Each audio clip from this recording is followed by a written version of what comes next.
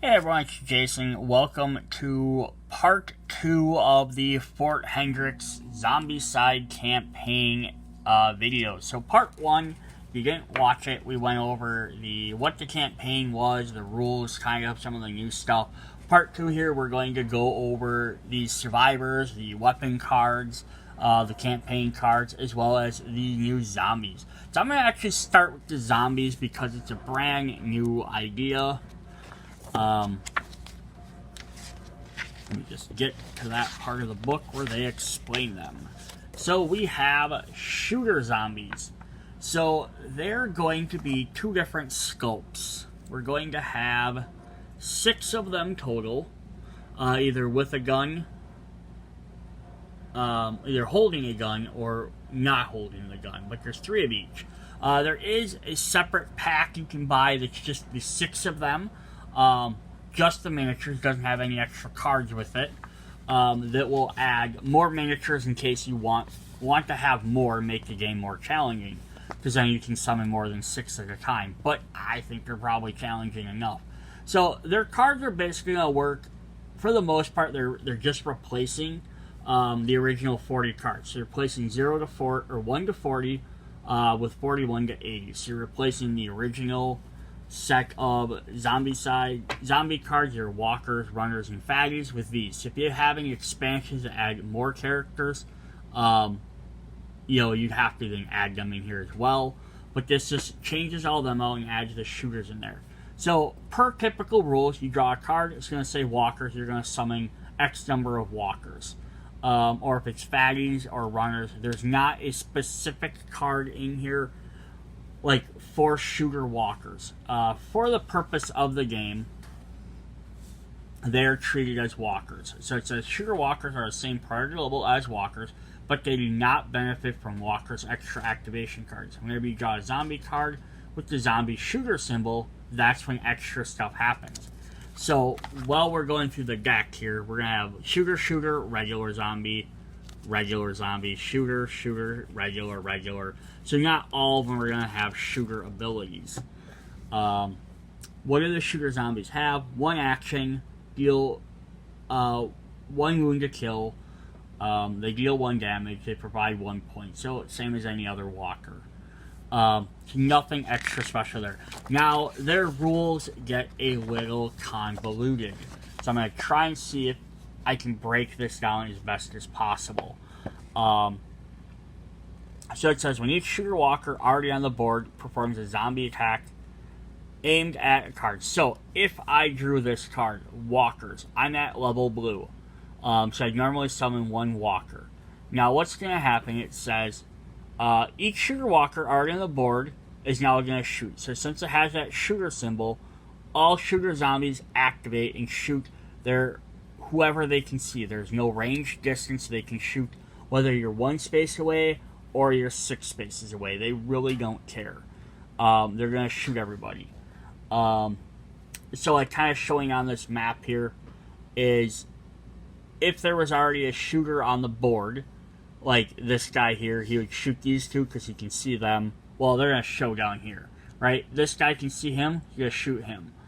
Here's going to shoot this tile, they're going to choose one of them. So you can shoot anyone they can see.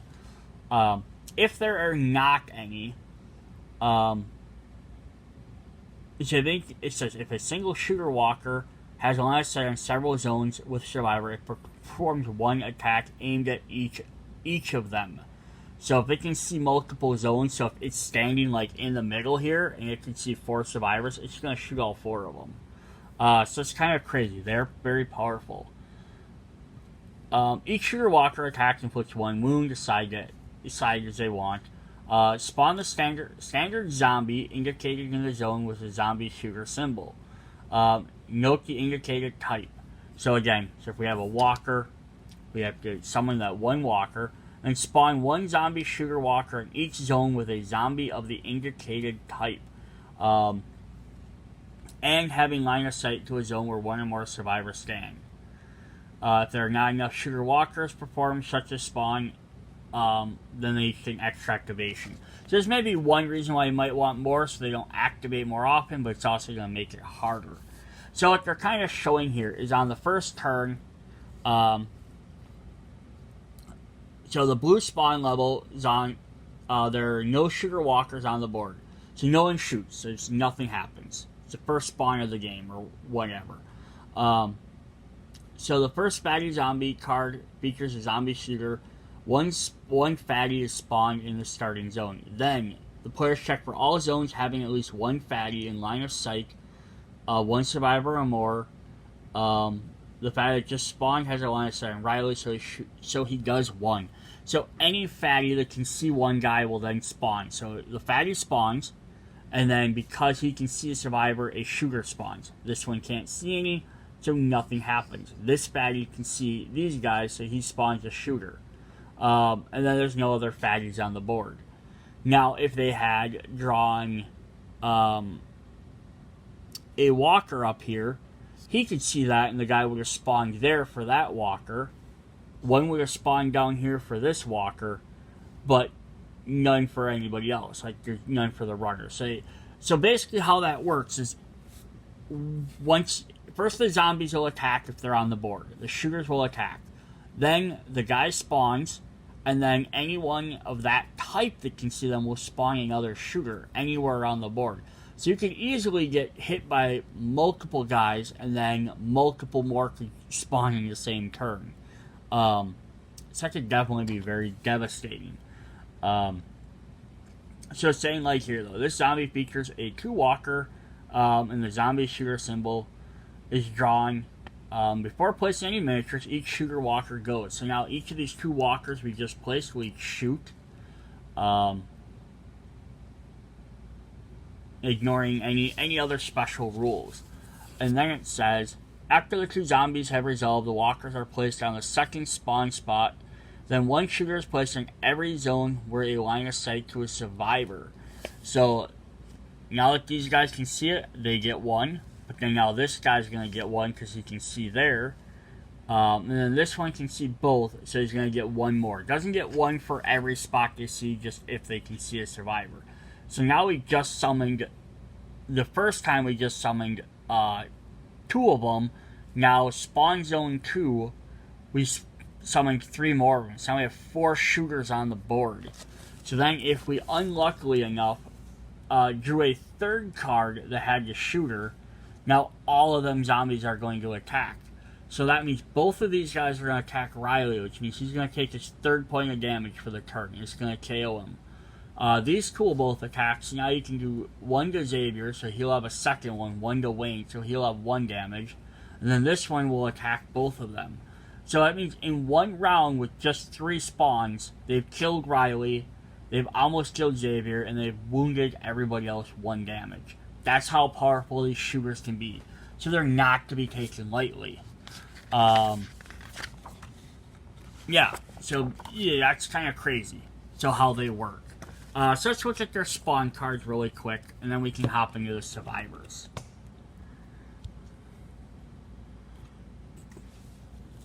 Alright, so we're going to have walkers with a shooter, second walkers with shooters, and then 2 without, then 2 rushes, which, it's even crazier, right? And then 2 rushes without. Of course, the numbers are also added on to the other set, which is very helpful. We have fatties, 1 with, 1 without. Runners, we get 3 runners with shooters, then 1 without, and then we get 2 abominations. So that's kind of like your easy mode. And then you usually have your second half, which is the hard mode. So again, like you're playing base game rules, so you can take some of these in or out. So there we have 2 and 2. And then none of the rush walkers have any of this, so that's a little bit nicer. 1 fatty with, 1 without. Rush with and without. And then less in the runners. So this is actually a little bit easy. So like the second half here is probably better, easier for going against shooters because it doesn't have as many shooters in there. But you're going to spawn more guys. Which, again, could be just as bad because if I have 7 runners out, or a bunch of runners out in different areas, and they split up, right? Trying to go after different guys. But then you summon a runner with sugar on it. It's going to summon one for every one of them, so you can definitely get a lot more. Then we have our 2 Abomination cards, and our final 4 cards are just extra activations. So nothing super special there. But yeah, there's, in this deck, there's a total of 1, 2, 3, 4, 5, 6, 7, 8, 9, 10, 11, 12, 13, 14. 14 of the 40 cards have sugar, so it's not terrible. Like, the example they use in the book is probably the worst case scenario, because that's literally getting 3 of them right in a row, which might not happen. But if it did, that would definitely suck. Alright, so let's look at our first miniature. We're going to look at Penny here. This is our companion. She's the biologist. Like a broken arm, which I kind of like. A little wounded character. What's also nice about having these companions is if you have other modes that, or stories or missions that involve companions, you have a special companion character, you can use them as opposed to a survivor. Just having a survivor and using another survivor and having to keep track of that. Because they're a different color, so it does make that a little bit nicer. We're going to start off with Wayne here, who's our eco-activist. And we'll look at their new abilities. So here's Wayne. He's all prepped. Double machetes. Backpack with a gun in there. Pouches everywhere. Crowbar hanging off his belt. Definitely big guy. Alright, so he's going to start with Shove, which lets you push zombies to another zone. +1 action in yellow like normal. His orange, he gets all out, +1 combat die, or charge. So all out is going to be a very heavy thing focused with these guys in the campaign sets, because he uses the all out dice. So what this means, if he does an all out attack, so if he gets to roll his extra all out dice, he gets +1 die if he's doing a combat action. So it's kind of neat with this idea, because if you're not gonna, you don't really want to focus the all out, you don't have to. You can just instead give him charge. In his red, he has +1 free melee action, ambidextrous, or taunt. So if I flip this over, which is really nice, it tells me what most of these abilities do. So charge says during each of their turns for free, the survivor may move up to 2 zones to a zone containing at least 1 zombie. So he can get right near guys to run them and start murderizing them. And then it's ambidextrous, which says the survivor treats all weapons as if they had the dual symbol. Yeah, so that's definitely cool. So his charge can let him get in quicker. He gets extra melee action. And with starting with Shove, is basically you can charge in, kill as many guys as you can, and he can shove them out with his last action. To, like, not have to deal with whatever he couldn't kill. And then Taunt kind of works the opposite way. He can basically spend an action, it doesn't say in this on the card, but he can spend an action to make all zombies within, I think, 2 spaces try and come towards him. So he can kind of use that between charging, taunting, and shoving. He can get very well at deciding where zombies are and what they're doing, which is a very interesting character. So he's the only guy that's not like almost straight up military. He's an eco-activist. We have Riley here, who is our shock trooper. So she has an axe.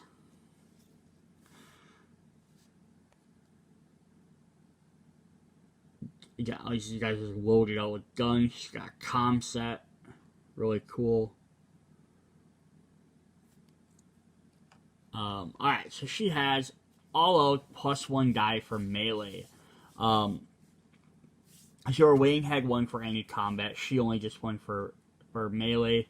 But it's also all out. So it's not maybe the best to use right off the bat. But it is definitely helpful once you start collecting weapons. Yellow is 1 action. Orange, +1 free move action, or all out +1 free ranged action. So again, how do you want to play this character? Do you want to have more actions, or do you want to have more range? But your range has to be an all-out attack. And then red, +1 free melee action, +1 max range, or all-out +1 die roll to combat. So again, I love about this game is you get these later abilities and kind of really dictate how you want your character to play. I don't think there's anything special, so you know extra special keywords on the back. Alright, our third survivor is Michelle. Michelle is the mechanic. So it's kind of funny because she mirrors the chainsaw wielding women. I think like every character's had a chainsaw with the exception of maybe Ash, or the substitute for Ash from Evil Dead, has been a woman that's had a chainsaw. So it's kind of funny. So she starts with Spare Parts. Spare Parts is a new ability. It says each time a survivor gets one or more break results during a melee or ranged action, they may discard a weapon card of the corresponding type, range or melee, to ignore these break rules. So let's if she's using a ranged weapon and she does all out and it breaks, she can discard another weapon instead of breaking that one. So that's kind of a neat ability because they're really focused on doing these all-out abilities, and that's a cool way for her to keep a hold of these items. She says, one action, her oranges charge and double her all-out dice. Yes, doubling all-out dice. If she normally would roll 2 for a weapon, she now rolls 4. So if she's using the machete here, she'd roll 2 instead. So she'd get 3 dice for the machete with that, but then she also has spare parts. If it breaks, she can always get rid of a different melee weapon to keep that around. Red, 1 free combat action. She rolls a 6, she gets +1 damage or taunt. So then there's charging, spare parts on there. I don't know why they don't list taunt on there. Very interesting. Alright, our next survivor is Marion, who is the EMT. Call her a medic, but she's the EMT. She is right there.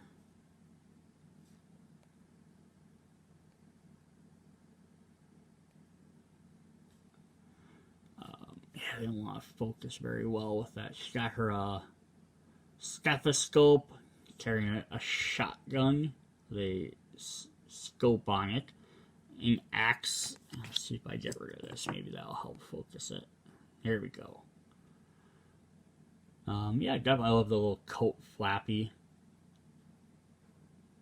Some tools in her pocket there. Definitely nice detail. So, as an EMT, she's definitely going to get some good abilities we need. Field Medic. So that's from the original game. Let me just look that up quick so I make sure I say that right. Field Medic. Survivor can use the skill once during each of their turns. Survivor spends 1 action. They move up to 2 zones to a zone containing at least 1 survivor. They may then heal 1 wound from any survivor on the destination, including themselves. Normal movement rules apply. Field Medic may even be used if all survivors have no wounds. So she can use it to move near guys if she needs to, at worst cases. But yeah, definitely having a character in the game that can heal right off the bat would be really helpful. Sometimes they get it when they're in red, and it's great, but at that point, you're not keeping your guys you're not maintaining your characters, you're keeping them alive.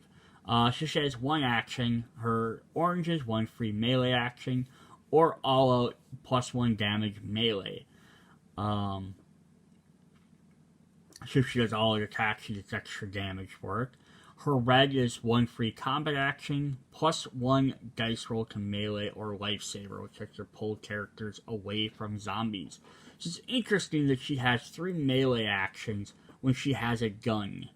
You'd think they'd show her holding an axe or something else. Sometimes I think they design the characters and then they forget. You're like, oh, we've already drawn that character, but we really wanted to have this ability. It's just kind of interesting. Also interesting is the fact that because she has all these melee abilities, it works kind of really well with the medic, because then she could rush in and, like, oh, that guy's dying. I don't have to wait until he gets out of the way. I can rush in and try and kill things and then heal. So it's kind of a cool idea. So I forgot. I was looking at the back of the cards. Field Saber and Field Medic and Lifesaver. Alright, up next we have Carl. Carl is the firearms specialist. So Carl here has full combat gear on. Knife, helmet, backpack. He's all ready to go. He starts off with Sniper, which lets him choose his priorities at range. +1 action, orange is 1 free ranged action, and all out +1 die for combat. And then red +1 die for combat, 1 free combat action, or Reaper combat. So that's kind of neat. Between the orange and the red, you could have +2 extra die for every combat.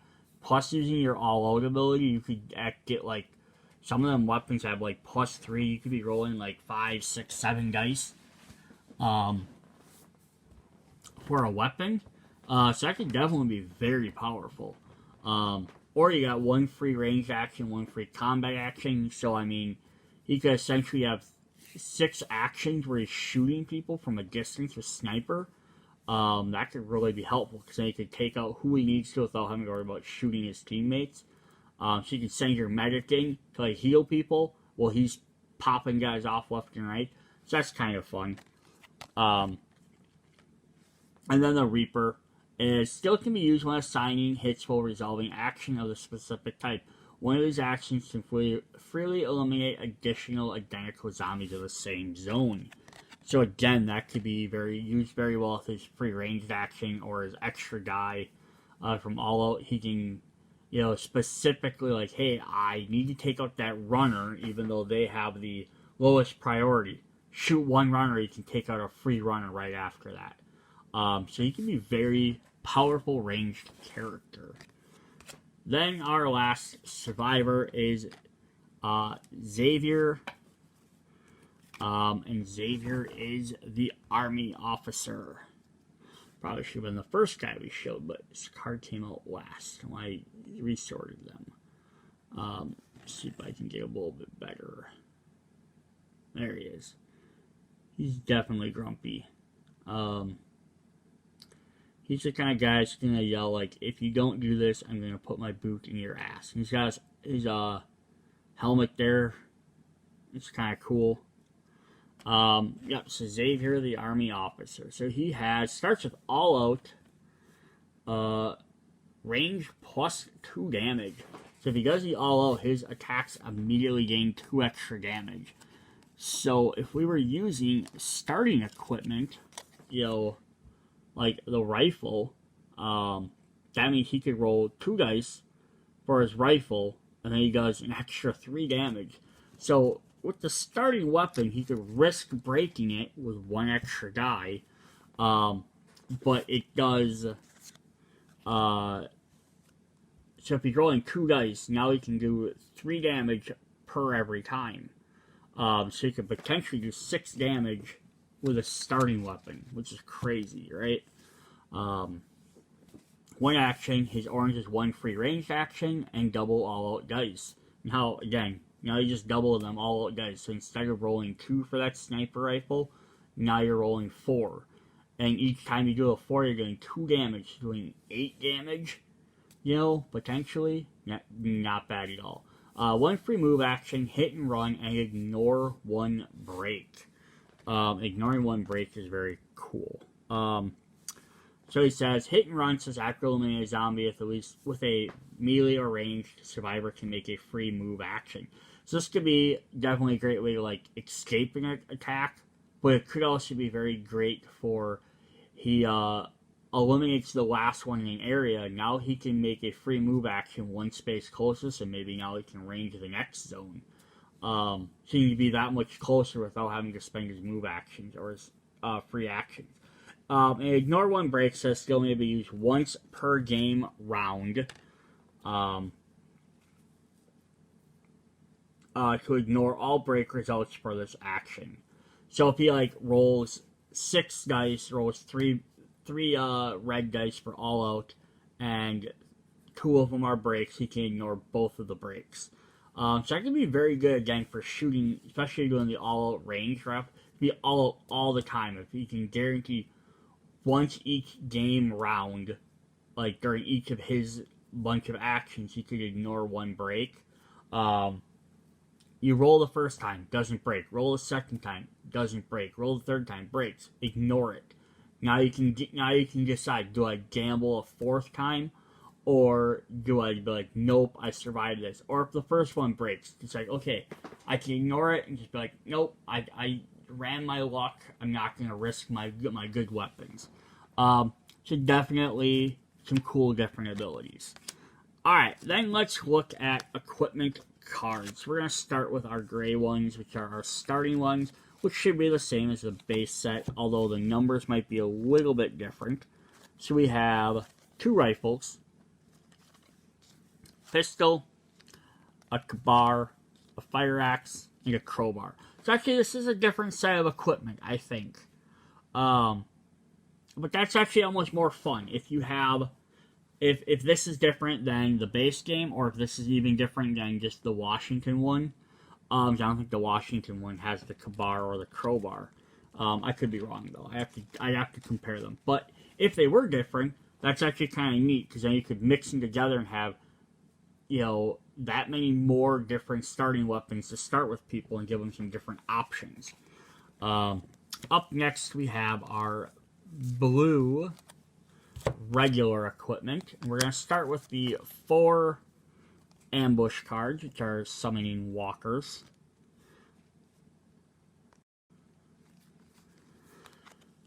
We have 2 copies of canned food, which give you 3 AP. And we have 2 chainsaws. Now the chainsaws have our lock mechanic up here. Look at that. +3, it's 8. Rolling 8 dice to do potentially 2 damage for each. It's 16 damage. And then now imagine if you added it with like someone like Xavier who has double. Now instead you're rolling, 6, 7, 8, 9, 10, 11 dice. That's pretty crazy, right? We have an extra fire axe. We have 2 flashlights, which will have our light source and let us draw 2 cards in searching. We have 2 katanas. 2 kurikis. I probably messed that up. 2 machetes. Which have a nice low break value of 2.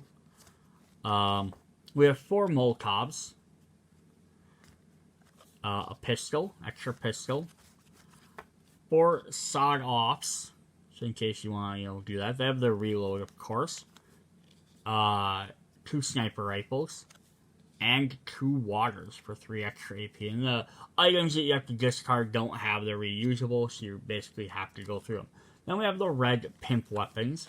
We're going to get 2 of the ambush cards. Army sniper rifle. Golden AK-47. Golden Kruki.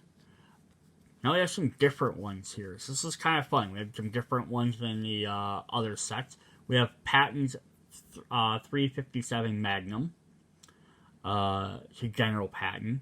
+2 dice if Patton's 45 Colt is equipped. So we have his 45 Colt, which says +2 dice if that's equipped. So if you have both of them, they give 2 dice to the other one, which is pretty crazy. Prized Katana. Prototype Assault Shotgun. 1 to 2 range with 3 dice, plus an extra 2. Crazy. The Siege Hammer. I just love the look of this. Spike on the end, hammer, crowbar on the other end. Like, yeah, let's break some stuff here. And then we have the Wrist Breaker. Look at that. 6 dice for 2 damage. I mean, it has a high accuracy of 5, but that's still pretty crazy. Plus, you could potentially have an extra 2, so it's 8 dice right there. For 2 damage, it's 16 if you roll really well. I mean, granted. So that's all of our regular items in equipment. Then we have our big old military set, which have the military vest.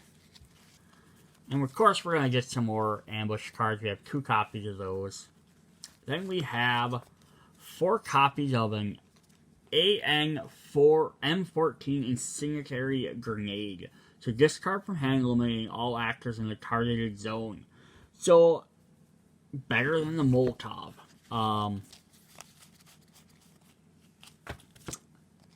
Yeah, so it's going to be... Molotov is just 1-to-1. This has a 1-to-2. So it just has a little bit better range. So definitely cool. Having additional thing there. So we have 2 copies of the Colt M16A4 rifle. Which gives you night vision as well, which lets you ignore the darkness setbacks. We have 4 copies of Colt M4 carbine, this ranged weapon. We have 2 more flashlights. We have 4 copies of the H&K MP5. So lots of these have some 1-to-2 range or a little bit higher range. We have 2 copies of the upgraded H&K MP7. So just as a comparison there, you lose some range on it. It's 0-to-1 to 1-to-2, but you gain more dice, less accuracy. I'm not really they're kind of interesting because it does more overall damage, or more overall dice, but it has maybe better range, less range. Kind of interesting. We have 4 Kabars, which are basically daggers. +1 die to another equipped melee weapon. We have 2 copies of the MREs, which give you 3 AP. 2 tactical tomahawks. Which I just love the design of some of these weapons as well. 2 machetes. 2 Mosenberg 500s. Good old shotgunny rifle. 2 night vision goggles, which lets you ignore them dark rules. Oops, I dropped all of our cards. 3 copies of plenty of bullets, which lets you reroll your bulleted weapons. Sorry, not 3 copies. We have 2 copies of bullets and 2 copies of shells. Usually we have 3. We do have 6 copies of the repair kit, though. Which lets you discard to ignore all break results from a single attack roll, maybe used in the backpack. 4 copies of the Sig Sauer P320, and our final weapon is the Tactical Halligan. It's like pickaxe, crowbar weapon, pretty neat. So definitely some interesting stuff there. Then we want to look at our campaign list before we look at our campaign cards. So we kind of went over this a little bit in the first video. You get your bonus actions, or you can get your campaign skills. So I'm going to kind of go through this fairly quickly. I'm not going to reread all of them. Combat reflexes is essentially zombie spawns in your area, or within one space of you. You get a free action to attack it.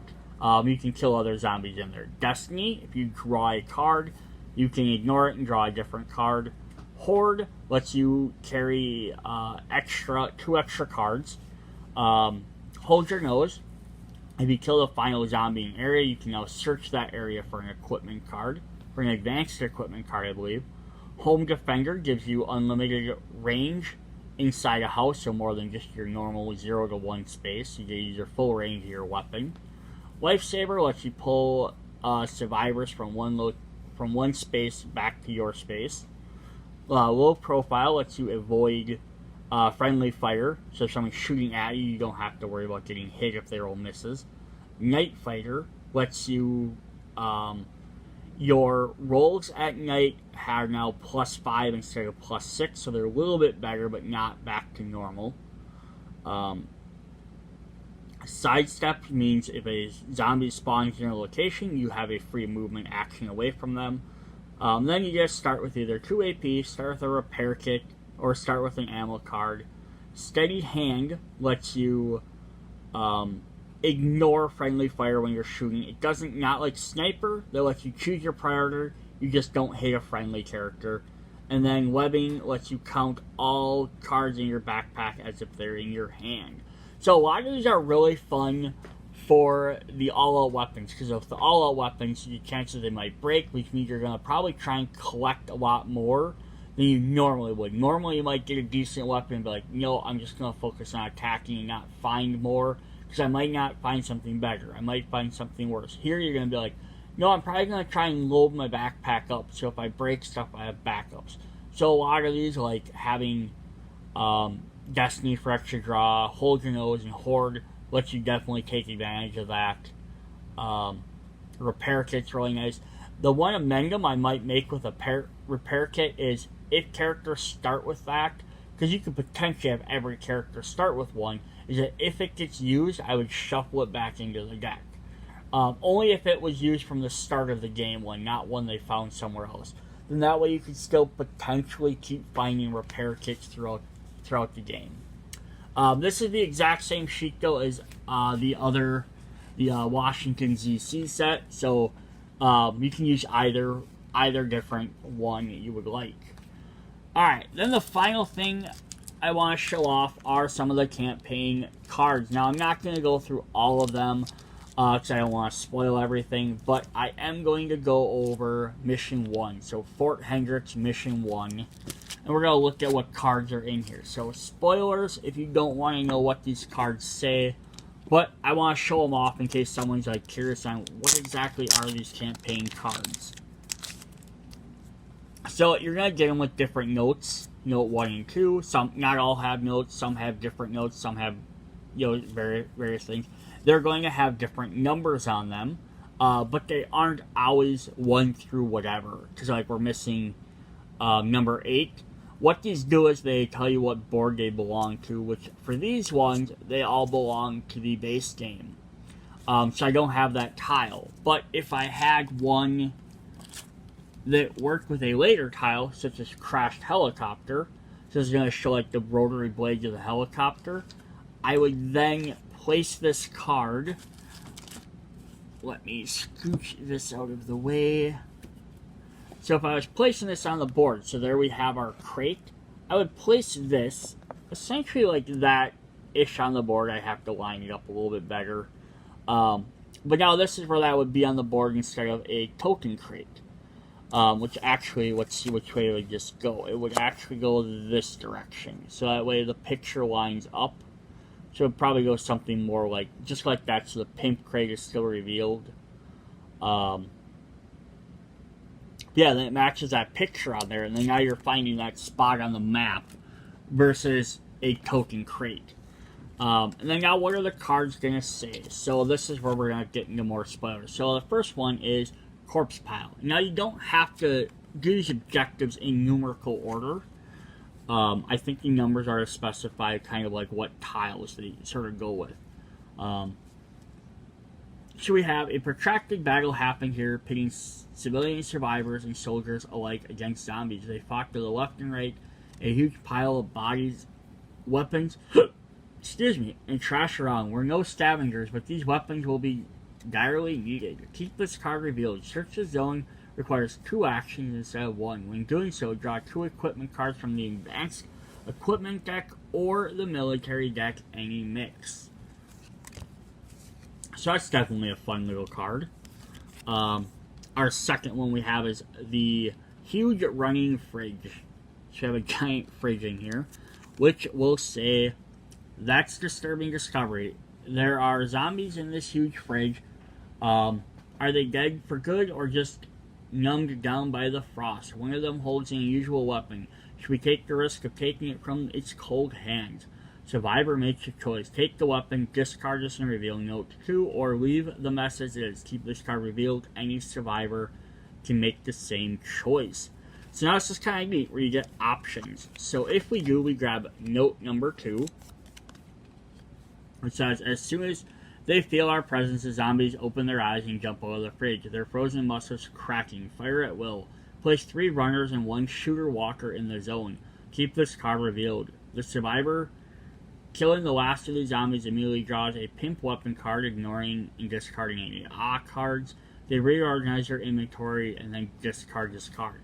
So it's kind of an interesting thing with the campaign is you have to decide. Sometimes you might be like, okay, is there a zombie there? Is there not? Is it worth searching? I could get something really cool. I might end up with zombies. This one, you're going to get 4 guys, which would really suck. But, the next time you might not. So you kind of have to decide what time you want to do it. So here we have wood crates. So, like, this one is going to say the military started a few weapon crates here. I guess they were planning to create a choke point of some sort. Sadly, they were overrun before setting up a line of defense. We will make good use of these tools awards. Keep this card revealed. Any survivor searching the zone draws from the military equipment deck. Card 6, we have some plastic boxes. There's a lot of food here. However, most of it will reach expiration date soon. We should eat as much as we can before it goes to waste. A long journey awaits us, and we may not eat such delicacies for a long time. Keep this card revealed. Any survivor in the zone may spend 1 action to earn 3 AP.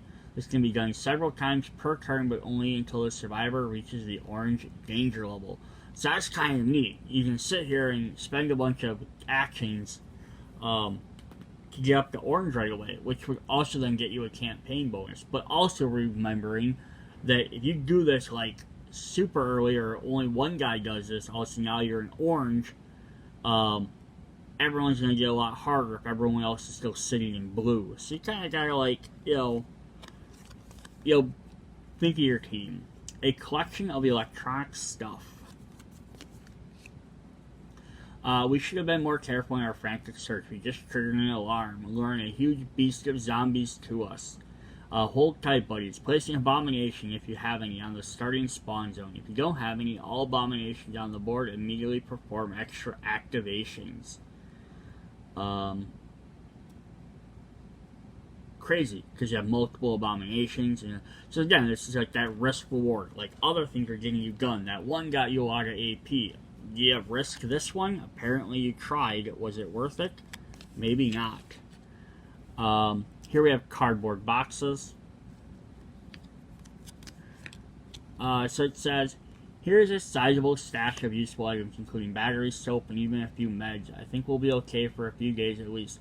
We're good to go to Fort Hendrix. Place an exit token in the lone street in the corner zone behind this building. New mission objective. Reach the exit with all survivors. Any survivor may escape to the zone at the end of their turn as long as there are no zombies in it. So that's kind of cool. So it reveals a secret exit, or maybe just the exit. And the final card we have is note number 1, which this had, I believe the mission said you had to activate it at a certain time, or maybe at the beginning of the game.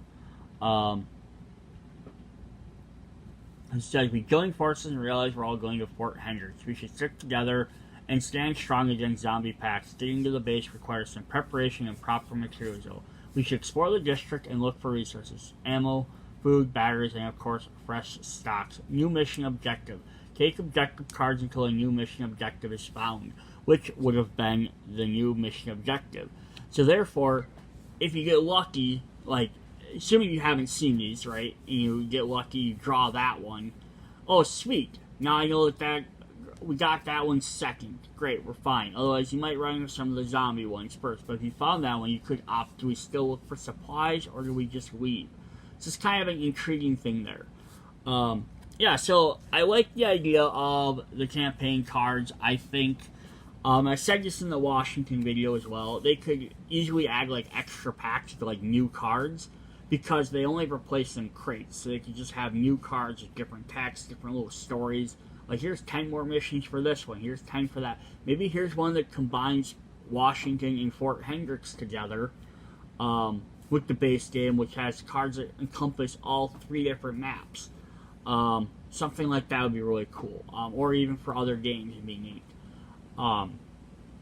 The only downside I would say to these I mean, not it's terribly much different than a regular game. Is that once you know what each one does, you know what to go to and where to avoid. So if you tried to replay this and you remembered, oh, that's the one with the abomination, that's the exit. You might know which ones to go toward and which ones to evade, which would make the game less fun. But that's not really any different, I would say, than playing a typical game with Felky's campaign cards. Because those ones are usually like, oh, well, you have to go, you randomize some, like most times, just collect all the objectives or leave. Like, you already know what you have to do. There's no surprises anyhow. And then would also be the fact of you could, with those ones, the only time you ever get anything random is when you have to randomize the tokens and be like, oh, one of these has a blue one has it isn't blue. I could argue you could try, and I don't know how well it would work, you could try mixing and matching a bunch of these different ones. So if you're using Tile 1R, you could use this card. Using, a different, like the helicopter card, you tile and making your own game, you could use that card. Only problem is some of them, because their campaign, do work well together. Because some of them might say, like, oh, you collected this thing, and then another card might be like, if you've collected this thing, do this. So then they might not work unless you plan that out, rather than just randomly selecting stuff. Alright, that is what we have for Fort Hendrix campaign expansion. So check out part 1 if you didn't. Check out Washington, D.C. You want to see that upcoming, maybe eventually be the Rio expansion. Or any of the other Zombicide videos I do. See you guys in the next video. Bye.